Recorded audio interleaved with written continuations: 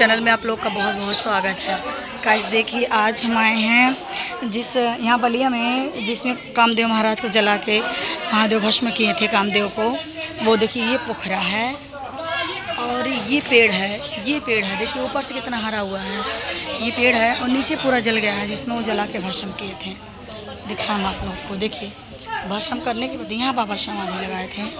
ये देखिए गाइस, देखिए और उसके बाद ये पेड़ देखिए पूरा ऊपर से हरा हुआ है और देखिए अंदर देखिए पूरा पेड़ जल गया है। देखिए जल कहाँ तक जले हुए हैं देखिए।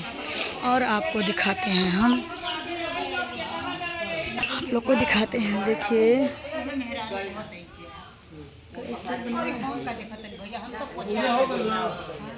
देखिए ऊपर देखिए